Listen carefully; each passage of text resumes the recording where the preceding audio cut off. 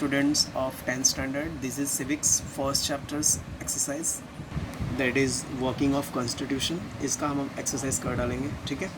पहले मैं question answer कराऊंगा, बाद में ऑब्जेक्टिव टाइप क्वेश्चन कराता हूँ, ठीक है। तो पहले हम लोग करते हैं right short notes.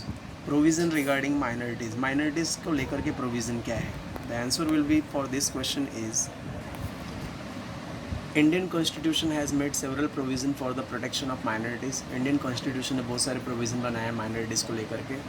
Government has adopted several policies for minorities to provide them opportunity for education and employment. Government ने बहुत सारे पॉलिसी बनाए हैं माइनॉरिटीज़ के लिए, उनको एजुकेशन और एम्प्लॉयमेंट प्रोवाइड करने के लिए। Indian constitution prohibit discrimination on the basis of caste, religion, race, language and region. Indian constitution ने भेदभाव को रोक दिया है।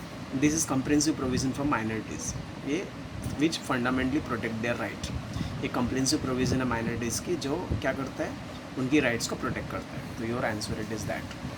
तो पहला इंडियन कॉन्स्टिट्यूशन, पहले पॉइंट का मतलब क्या है, इंडियन कॉन्स्टिट्यूशन जो है उसने बहुत सारे प्रोविज़न बनाया प्रोटेक्शन करने के लिए माइनॉरिटीज़ के। सेकंड पॉइंट में लिखा है गवर्नमेंट ने बहुत सारे पॉलिसीज़ अडॉप्ट किए हैं जिससे उनको जॉब मिले, उनको पढ़ाई लिखाई मिले। इंडियन कॉन्स्टिट्यूशन ने भेदभाव को रोक दिया और बहुत अच्छी पॉलिसी बनाई है जिससे उनकी राइट को प्रोटेक्ट किया जाता है। Is this clear. तो पहला पॉइंट जो रहेगा द इंडियन कॉन्स्टिट्यूशन से लेके माइनॉरिटीज़ दे रहा है फर्स्ट पॉइंट, जिसका मतलब इंडियन कॉन्स्टिट्यूशन ने माइनॉरिटीज़ की सुरक्षा के लिए बहुत सारे प्रोविज़न बनाए हैं। द से लेके माइनॉरिटीज़ का first point. Second point the government से लेके एम्प्लॉयमेंट तक गवर्नमेंट ने बहुत सारे पॉलिसी बनाए हैं उनके रोज़गार के लिए, उनकी पढ़ाई के लिए। द गवर्नमेंट से लेके एम्प्लॉयमेंट तक, second point. Third point Indian constitution prohibit discrimination on the basis of caste, religion, language. Indian constitution ने भेदभाव को रोक दिया है जो कास्ट और रिलीजन को लेके होता था। तो इंडियन से लेके रीजन तक first, third point.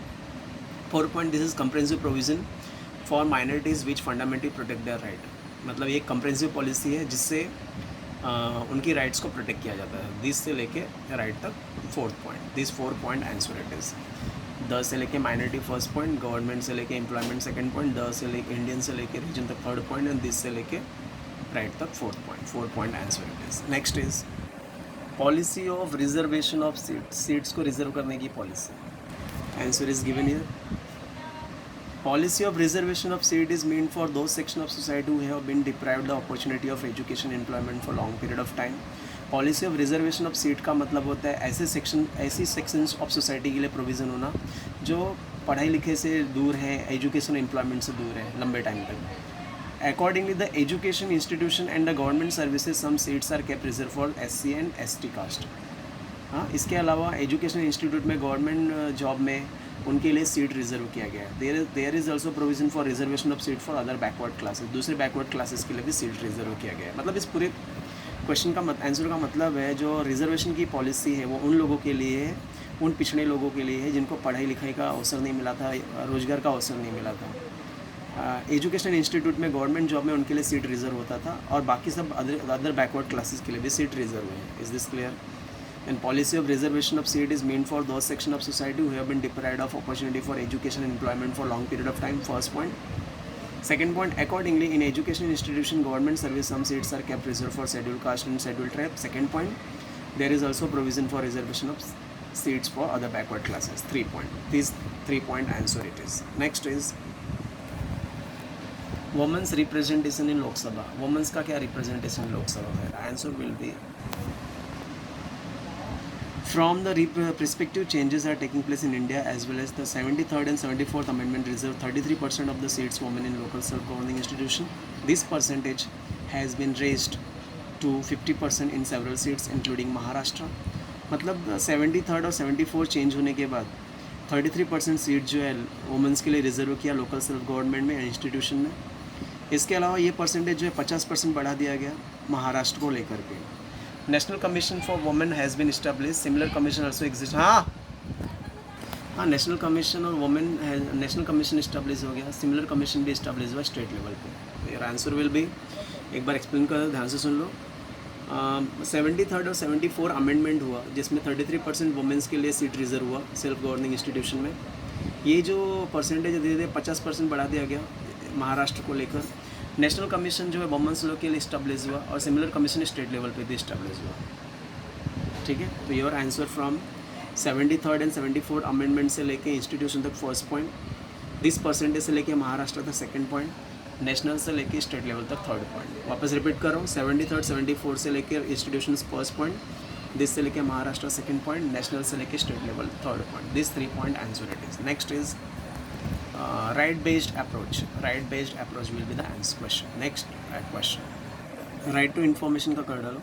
Citizens empowerment in essential condition of democracy. Citizens को पावरफुल होना ये डेमोक्रेसी का सबसे इंपॉर्टेंट पार्ट है। It is necessary to create opportunity for citizens participation and interaction with the government. ये बहुत ज़रूरी है कि अपॉर्चुनिटी जनरेट करना सिटीजन्स का पार्टिसिपेशन करने के लिए गवर्नमेंट के साथ। Increase communication between citizen and government help in strengthening democracy and it is building a relationship of trust between them. अगर सिटीजन्स और गवर्नमेंट के बीच में इंटरेक्शन बढ़ता है तो उससे क्या होता है, डेमोक्रेसी मजबूत होती है। Citizens have right to know about the function of government. Citizens के पास अधिकार है फंक्शन जानने के लिए। Is this clear? तो सिटीजन जो है अगर पावरफुल रहता है तो डेमोक्रेसी मजबूत होती है। और ये बहुत ज़रूरी है कि सिटीजन्स को अधिकार दिया जाए गवर्नमेंट के साथ पार्टिसिपेट करने के लिए। अगर गवर्नमेंट और सिटीजन्स के बीच में इन कम्युनिकेशन बढ़ता है, इससे डेमोक्रेसी मजबूत होती है। ठीक है, तो सिटीजन्स के पास अधिकार होता है गवर्नमेंट के फंक्शन के बारे में जानने का। Is this clear? तो सिटीजन से लेके मतलब इस पूरे पैराग्राफ में इतना यही समझते हैं कि सिटीजन्स अगर पावरफुल है तो इससे डेमोक्रेसी मजबूत होती है। सिटीजन और गवर्नमेंट के बीच में जो डिस्कशन होता है, अगर कम्युनिकेशन हो रहा है तो समझ लो डेमोक्रेसी अच्छी चल रही है। और गवर्नमेंट सिटीजन्स को अधिकार है गवर्नमेंट के फंक्शन के बारे में जानने का। तो सिटीजन से लेके गवर्नमेंट तक, सिटीजन से लेके डेमोक्रेसी तक फर्स्ट पॉइंट, इट इज़ से लेके गवर्नमेंट तक सेकंड पॉइंट, इंक्रीज से लेके बिटवीन देम तक थर्ड पॉइंट, और सिटीजन से लेके गवर्नमेंट तक fourth point. 4 point answer. Citizen से लेके डेमोक्रेसी फर्स्ट, इट इज़ से लेके गवर्नमेंट सेकंड, इंक्रीज से लेके between them third, and citizen से लेके government fourth. 4 point answer it is. Next is then student you have to write the answer as a homework for today. 3 का तीनों question का answer लिखना है, 4th का फर्स्ट क्वेश्चन का answer. ये सिविक्स का फर्स्ट चैप्टर है। 3rd का first, second, third and 4th का first. This 4 answers you have to write as a homework for today. If any doubt is there, please ask. Thank you. Have a great day.